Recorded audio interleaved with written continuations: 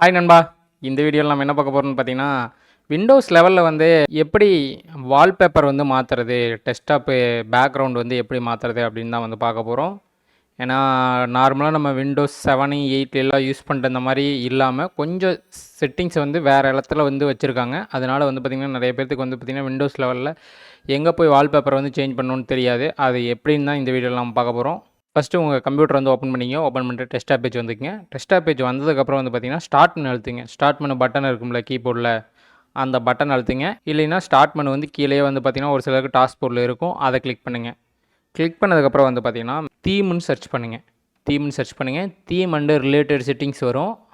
ஏன்னா நார்மலாக வந்து பார்த்திங்கன்னா நம்ம விண்டோஸ் 8லாம் வந்து பார்த்திங்கன்னா பர்சனலைசேஷனில் போனோம்னா ஈஸியாக தீமுக்கு போயிடுவோம். ஆனால் இதில் வந்து பார்த்திங்கன்னா தீம் அண்ட் ரிலேட்டட் செட்டிங்ஸில் தான் வந்து பார்த்திங்கன்னா வால்பேப்பரை எப்படி சேஞ்ச் பண்ணுறதுன்னு கொடுத்துருக்காங்க. அதனால் தீம் அண்ட் ரிலேட்டட் செட்டிங்ஸ் அழுத்துங்க. அழுத்தி உள்ளே வந்தீங்கன்னா பர்சனலைசேஷனில் தான் வந்து பார்த்திங்கன்னா தீம்ஸ்க்கு தான் போகும். இதை நீங்கள் வேறு மாதிரி எப்படி வரணும்னு நான் சொல்கிறேன் பாருங்கள். ஸ்டார்ட் பண்ணி அழுத்திட்டு செட்டிங்ஸ்ன்னு சர்ச் பண்ணுங்கள். செட்டிங்ஸ் சர்ச் பண்ணிங்கன்னா பர்சனலைசேஷன் லெஃப்ட் சைடில் இருக்கும், அதை கிளிக் பண்ணுங்கள். இந்த செட்டிங்ஸ் வந்து பார்த்திங்கன்னா நீங்கள் ஓஎஸ் வந்து ஒரிஜினல் ஓஎஸ் போட்டிருந்தால் மட்டும்தான் வந்து பார்த்திங்கன்னா இந்த செட்டிங்ஸ் வந்து உங்களுக்கு காட்டும். ஓஎஸை வந்து ஆக்டிவேட் பண்ணாமல் வச்சுருந்தீங்கன்னா உங்களுக்கு வந்து இந்த செட்டிங்ஸ் வந்து காட்டாது. ஸோ ஓஎஸ் ஆக்டிவேட் பண்ணாதவங்க வந்து பார்த்திங்கன்னா ஆக்டிவேட் பண்ணதுக்கப்புறம் தான் நீங்கள் இந்த செட்டிங்ஸ் அக்சஸ் பண்ண முடியும். பர்சனலைசேஷனில் வந்தோடனே மூணாவதாக வந்து பார்த்திங்கன்னா தீம்னு இருக்கும், தீமை கிளிக் பண்ணுங்கள். தீமை கிளிக் பண்ணிங்கன்னா நீங்கள் டெஸ்க்டாப் பேக்ரவுண்டு வந்து மாற்றுறதுக்கான பேஜுக்குள்ளே வந்துடுவீங்க. வந்ததுக்கப்புறம் வந்து பார்த்திங்கன்னா மேலேயே வந்து பார்த்திங்கன்னா உங்கள் டெஸ்க்டாப்பில் இப்போ இருக்கிற வால்பேப்பர் காட்டும். அதுக்கு பக்கத்தில் பேக்ரவுண்ட்னு இருக்கும், அந்த பேக்ரவுண்டை கிளிக் பண்ணுங்கள். பர்சனலைஸ் யுவர் பேக்ரவுண்ட்னு இருக்கும். அதில் வந்து பார்த்திங்கன்னா Windows spotlight, picture, solid colour, slides ஒன்று இருக்கும். இதில் பிக்சர் கிளிக் பண்ணிங்கன்னா நீங்களாக ஏதோ ஒரு பிக்சரை வந்து செலக்ட் பண்ணி சேஞ்ச் பண்ணிக்க முடியும். இப்போ நான் ப்ரௌஸ் பிக்சர் கொடுக்குறேன். இப்போ இந்த லேப்டாப் பிக்சரை வந்து நான் செலக்ட் பண்ணுறேன்னு வச்சுக்கோங்க.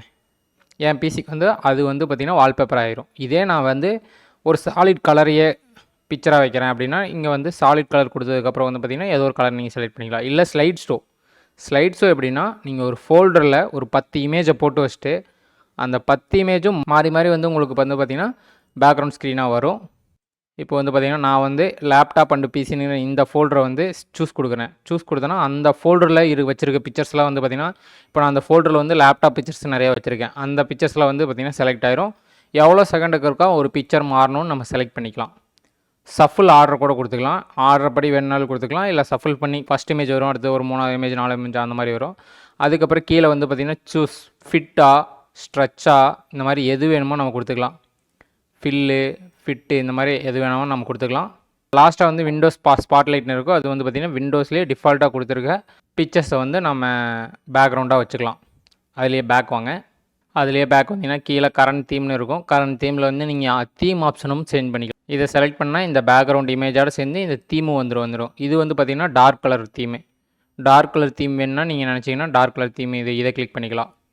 இதில் வந்து பார்த்திங்கன்னா பேக்ரவுண்டும் சேஞ்ச் ஆயிரும், உங்களுடைய மொத்த கம்ப்யூட்டருடைய தீமும் வந்து சேஞ்ச் ஆயிரும். இதில் உங்களுக்கு எது வேணுமோ கிளிக் பண்ணிக்கங்க.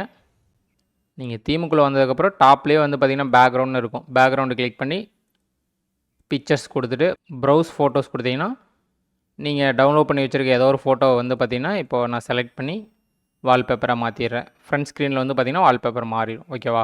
பர்சனலைசேஷனில் தீம் வரீங்க. தீமில் டாப்லேயே பேக்ரவுண்ட்னு இருக்கும். பேக்ரவுண்ட் கிளிக் பண்ணிங்கன்னா இங்கே பிக்சர் செலக்ட் பண்ணுறீங்க. பிக்சர் செலக்ட் பண்ணதுக்கப்புறம் வந்து பார்த்திங்கன்னா ப்ரௌஸ் ஃபோட்டோஸ். அவ்வளோதான் கைஸ்.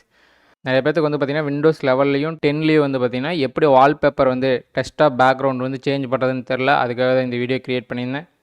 இந்த வீடியோ உங்களுக்கு யூஸ்ஃபுல்லாக இருக்குன்னு நினைக்கிறேன். நெக்ஸ்ட் எதிர் வீடியோவில் சந்திப்போம். நம்ம சேனலில் வந்து பார்த்திங்கன்னா விண்டோஸ் லெவலில் விண்டோஸ் 10 இது இல்லாமல் கேம்ஸு ரிலேட்டட் நிறையா வீடியோஸ் வந்து போட்டிருக்கேன். நம்ம சேனலை சப்ஸ்கிரைப் பண்ணி சப்போர்ட் பண்ணுங்கள். Okay guys.